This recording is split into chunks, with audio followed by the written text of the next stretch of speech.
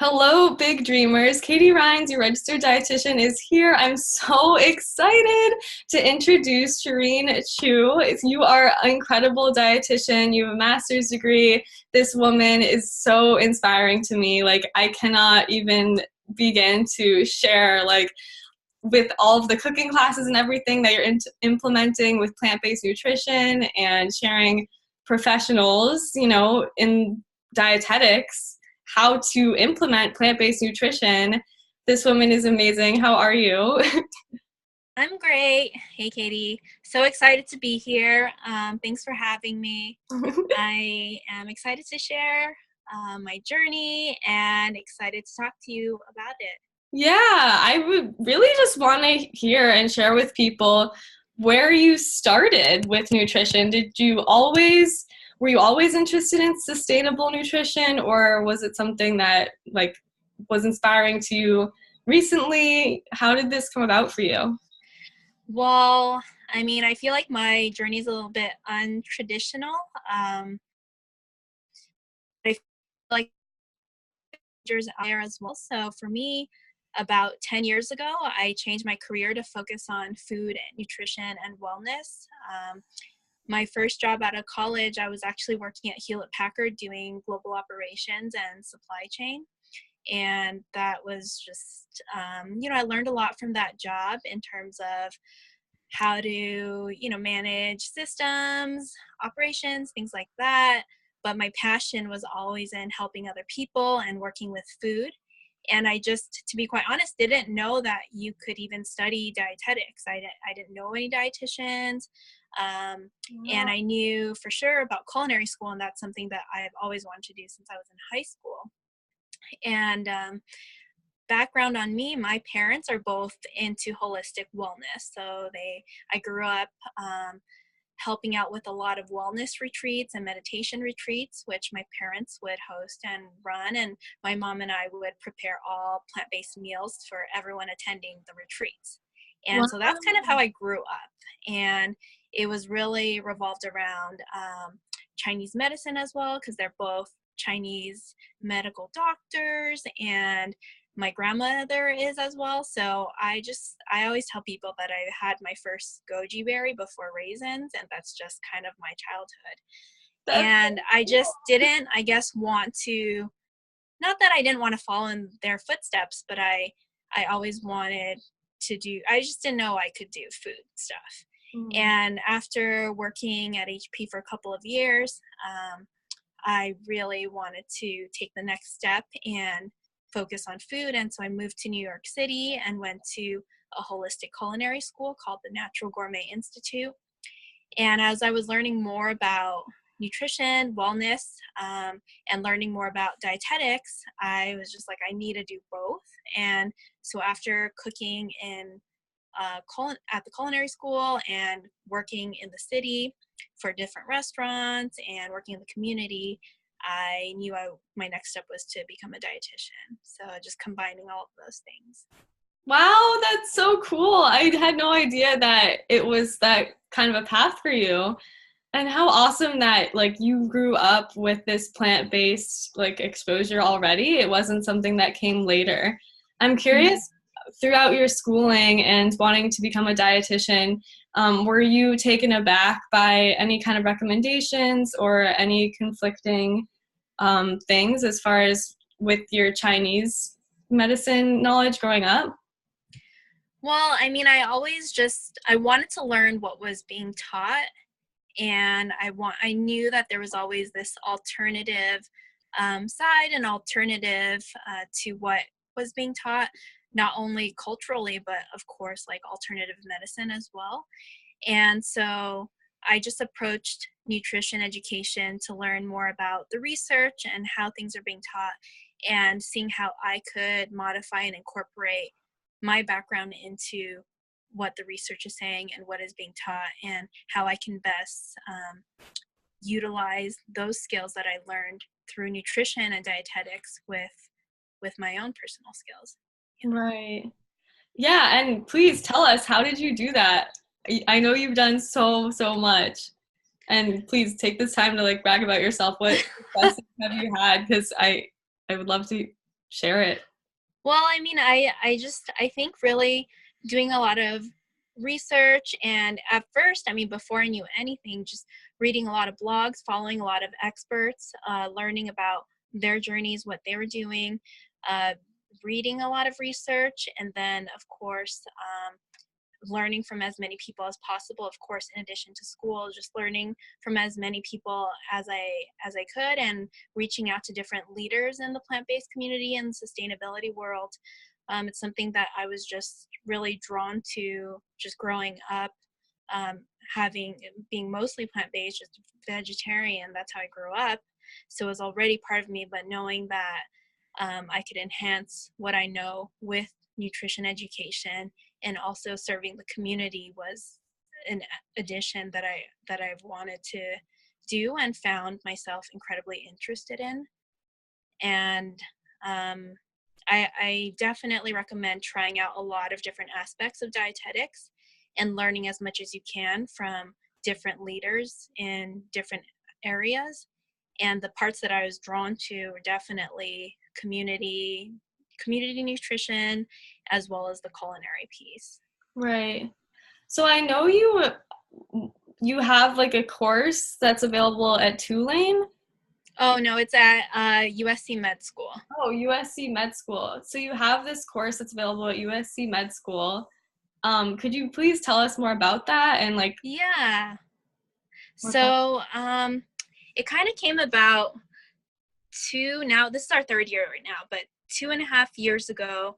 So I was a couple of years ago, let's see when. In 2015, I started working at LA Kitchen, which is a social enterprise nonprofit located in Los Angeles. And I was the nutrition director there, and our main focus was to help people who were coming from different backgrounds in the community. So we had an aspect where we had a culinary job training program, which focused on empowering people who are coming out of prison, foster care, and formerly homeless individuals. And we had a culinary job training program to help them with job placement, as well as a nutrition program to help take care of themselves. And then we also had another program where we worked with a lot of the food excess from farmers, where there's this whole movement on imperfect produce, imperfect foods. We would work with farmers to bring that into our space, and volunteers to make health focused and largely plant-based meals that we would donate to low-income seniors throughout Los Angeles. Mhm. So that's one aspect that I was working in. And while I was there, USC Med School is actually only 2 miles away from there. And we were approached by one of the med students who was looking for a kitchen space because they were interested in starting a club focused on cooking. And that's kind of how it all started. It was really grassroots from the student's point of view. And we kind of put our heads together, and I am culinary trained dietitian, and we had a kitchen space, and we said, hey, why don't we create a pilot and start a small class teaching med students about nutrition. And so we started the culinary medicine selective, and this is our third year running it. In fact, I just kicked off the third year last week. No way! Yeah. That's so exciting. Wow. I love that so much. Oh my gosh. Wow. And so you had no idea that you would be doing that or that that would come together. That just kind of Yeah, it just kind of happened naturally, and the students really demanded it and wanted it because everyone wants to focus on prevention, right. and most med schools don't offer the minimum of 25 hours of nutrition education. And the students did a survey on campus where they were unsatisfied with the quantity and quality of nutrition education. And so bringing in more of these collaborations where we can collaborate with dietitians, nutrition professionals, to educate different people in healthcare, specifically doctors. Um, that was just a no-brainer. Right. And it's part of a larger movement in the whole country. So we're part of this collaborative called the Teaching Kitchen Collaborative that is spearheaded by Harvard Nutrition as well as the Culinary Institute of America. And we're one of, I would say, 40 groups where we're part of this movement to bring more teaching kitchens to different universities, office spaces, food service areas, as well as hospitals. Cleveland Clinic is part of it, Stanford's part of it, a lot of the big institutions, and Google, because they have a lot of kitchens in their office spaces, they're part of it as well to educate their employees on eating well. Very cool. Do you have any tips for people to get more involved with this? Like, can we join these or?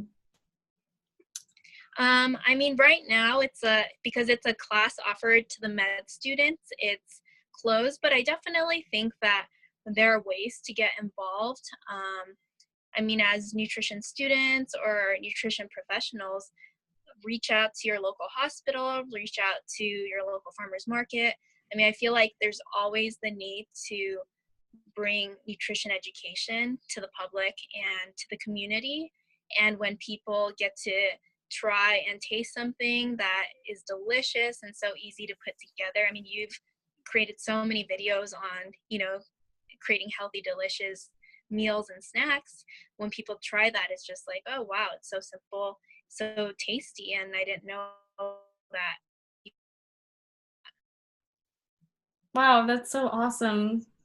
That's such a good idea. I'm just thinking in the back of my head, like, for people who are wanting to bring nutrition education to hospitals, to schools, even like I'm thinking parents and elementary school kids and high school kids, like I feel like that's so needed everywhere.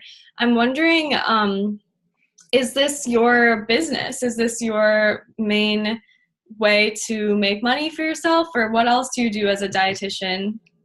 So I also work with other culinary schools as well. I'm working to build more nutrition education to bring plant-based nutrition experts together to teach nutrition to the public. Also bringing different, I guess, like webinars and education to healthcare professionals, because plant-based nutrition, I mean, we're in the plant-based nutrition world, but there isn't, I would say it's a growing movement, but we still need to educate a lot of our peers on plant-based nutrition. We still need to educate, the public on plant-based nutrition. And so there's a lot of work to be done. Mm-hmm. Mm-hmm. Wow, awesome. So now that I feel like that's really, really cool, I feel like really inspired that there is a lot of opportunity and a lot of things to be done in the nutrition world for for us.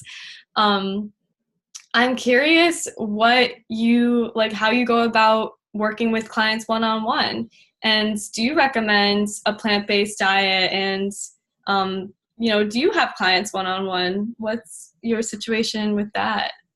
I don't work with patients or clients one-on-one. I think that's not my strong suit. My areas, I work with different programs and organizations to kind of build programs for them, or work with different plant-based brands who want to share their messaging to other healthcare professionals or to the public on kind of what I guess, not the truths, but kind of from a like plant-based nutrition expert point of view of what is the right way to eat a plant-based diet, how can we educate others on plant-based diet. So that's kind of what I do mainly, but I don't work with people individually. Gotcha. And to do that, do brands reach out to you and do companies reach out to you for that service? Yeah, brands reach out to me, I reach out to them as well, and I'm also really involved in our profession. I think that that's a great way to meet other dietitians, meet other professionals, and also network. I think it's important for us to not only promote ourselves, but also be a part of kind of the policy process and understand what's going on there. There's a lot of stuff that's going on in the plant-based world that's maybe under attack, but I think it's just a lack of understanding of what's going on and getting people to become more involved in what's happening. Wait, could you explain more about that? Like what's under attack and what that's all about? I think just like there's so much controversy right now, and about plant-based proteins, plant-based milks, and not controversy as in like is that right or wrong, but using the words, using the labels, and there are a lot of people who are trying to shape this movement, and um, I think it's just a disconnect all around in terms of an overall system, like healthcare system, food systems. There's a lot of disconnects, and if we all started working together and promoting more of the same thing, we could all coexist. Mm. For example, like the Plant-Based Foods Association, Michelle Simon, I know that her and her team have been working really hard to kind of build build on kind of going, no, I wouldn't say that there are attacks, but definitely there are different states that are, trying to ban the word or trying to regulate the use of what meat it, that term meat, or milk, things like that. Interesting. Yeah, I wasn't fully aware about that. I thought, I know at least in my world in Los Angeles, and you probably relate to this too, there's a big like bulletproof and keto movement, and like there's a lot of kind of different things coming out too with like intermittent fasting. And that's what I thought you meant when you were going to say like these kinds of things are a little under attack. It's like people are like, oh no, like do it this way, do it that way. And I'm curious what your thoughts are about that and how you kind of navigate. I mean, I think that if we just it's hard to change people's minds when they are set, with the different stages of change. People approach nutrition from a very personal point of view. Obviously, it's what they're eating, it's their diet. And so I don't ever, I guess, try to push someone to do something, because that, I feel like that rarely works. But I think when you approach somebody when they're open and are curious about learning more about the facts or what's going on, I think that's a great time to start introducing and talking to them about how to modify what they're doing. I think it's unrealistic to say, oh, someone's going to change what they're doing overnight. I mean, that's amazing if they do, and there are definitely people out there, but I think for the large majority of people, if you're not surrounding yourself with a community that's supportive of what you're doing to change your lifestyle, or if you haven't had a chronic disease or helped someone with a chronic disease, it's harder to see immediate changes or incentive to do so. Why wouldn't you recommend a ketogenic diet? I think that, I mean, it's definitely not healthful. I think there are a lot of studies that are starting to come out to show that they're not quite as helpful as people think. And I think a large part is that it's just not very sustainable for a lot of people. And Yeah. I always say that people don't really want to hear the solution to eating well or living a healthy life because it's so simple. The message is very simple, and I think that's why the diet industry is billions and billions of dollars, because people like to kind of hear a complex answer, and I think that that's kind of setting themselves up for failure. And when you hear something as simple as eat more fruits and vegetables, eat whole grains, it's like, okay, that's kind of boring, and does that even work, That's so but fun. that's the answer. Yeah. Yeah, that's so true. I love that. Yeah, I've never heard that before, that people like they do. It's funny how we complicate our lives Yeah, sometimes. you want something really complex and you want something that feels like a challenge, but that's not sustainable. Mhm. Yeah. It also makes me nervous too. I feel like, most diabetics don't die of diabetes, they die of heart disease. And it's because these like higher fat diets, lower carb diets, where people are, yeah, it's just not good for long term for your arteries and in general. Like it's, yeah. So that makes Yeah. scared. And I think a lot of people, when they are seeking advice, they aren't really ready for the answer because they, I usually don't answer questions when people say, is this good or bad? Or is Right. this food healthy or not healthy? And I feel like, I usually answer by saying I can't just say yes or no to something because I don't know where you're coming from and how you're going to utilize that information to, I'd rather help you understand kind of the overall benefits before answering specifics about one food, saying yes or no to one food. So on point. Yeah. Yeah. And it's really nice to connect with a registered dietitian just because I feel like a lot of the times I put a lot of pressure and overwhelm on myself to know the answers for people. Yeah, And I there's think that that's too much pressure, and especially when it's on the spot one thing and they want to know an answer right away. It's like, I can't, whatever I'm going to say, I don't know how you're going to take it and what answer you're hoping for. I think people are a lot of times in those situations are already hoping for an answer and already have a perspective. And so I'm not here to change anyone's mind, really. It's if you are curious about research, and I'd be happy to kind of information. But I don't think it does anyone, it helps anyone by just saying, oh, this is healthy, this is not healthy. And right, I think that people want that simple yes or no. right.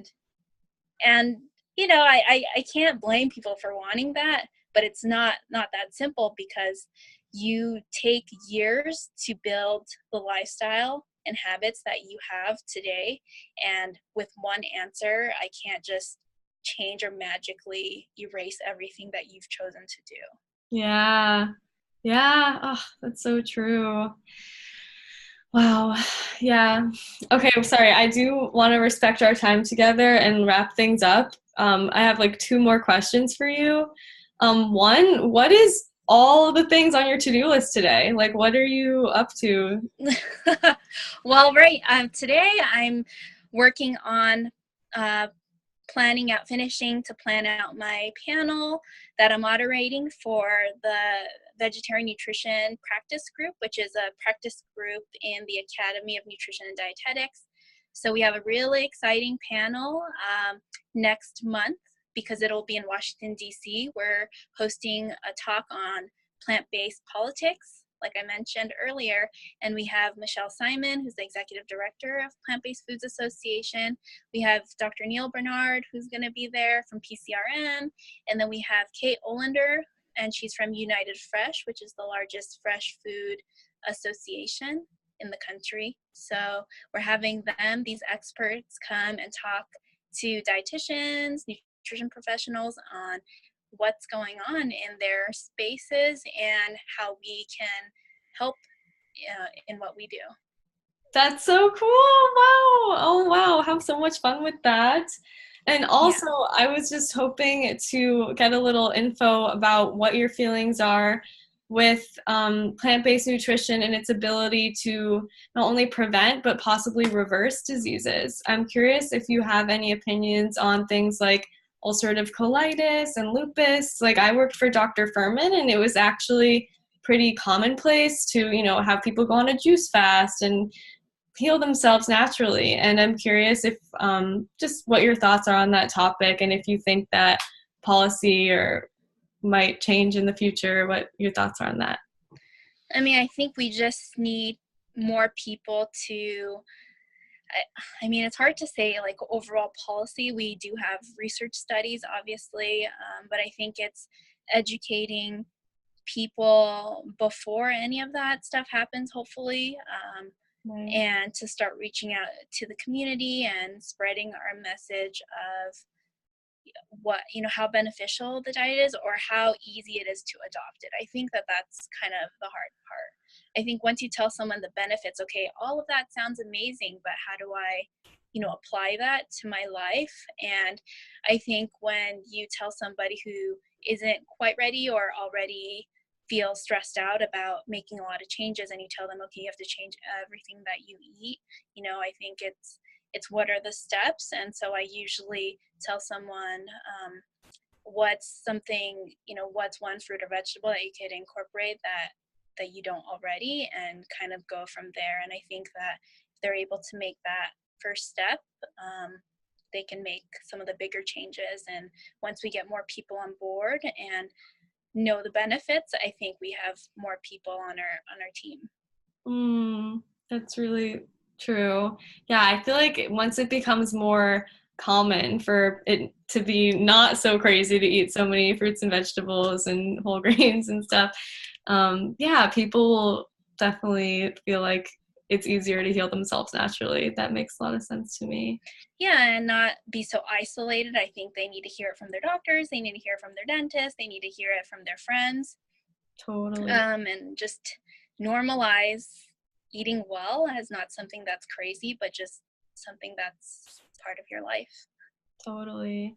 If you could give your, one tip out there for eating sustainably and eating healthier, I know you said incorporate, one vegetable. Is there anything else that you'd like to add? I think just trying to eat more. I mean, no one's perfect. I don't eat tons of fruits and vegetables every single day, even if I try, and this is what I care about. But I think it's forgiving yourself for whatever stuff you haven't done or did it before, and then just there's always the next meal to try something different. I love that. Wow, forgiving yourself is so important. And that spills over to like every aspect of our lives. Like I think that there's so much more mindset behind like what we eat in general. And I feel like people eat crap food a lot because they don't forgive themselves for a lot of things, and they're kind of trying to numb themselves in some ways sometimes. So that's like a beautiful tip right there. I really appreciate that. Yeah. And is there anything that you feel like people would ask you more about, that you're passionate about, that you'd love to share? Yeah, that you just want to share?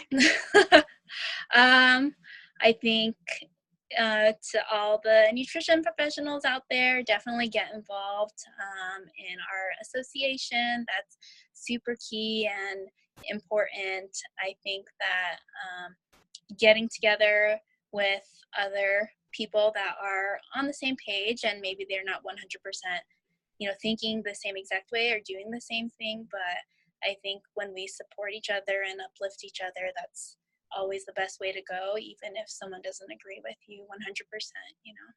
So awesome. Wow. Thank you so much for sharing and connecting here. Where can people find you?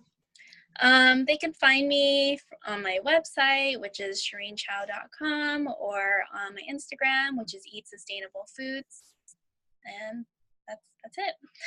Thank you, Sherene Chou. And yeah, I'm just excited that today people learned that it's possible to be a dietitian and to not necessarily work in a hospital, and have it be fun and exciting and connect with hospitals or schools and create something that's never been created before.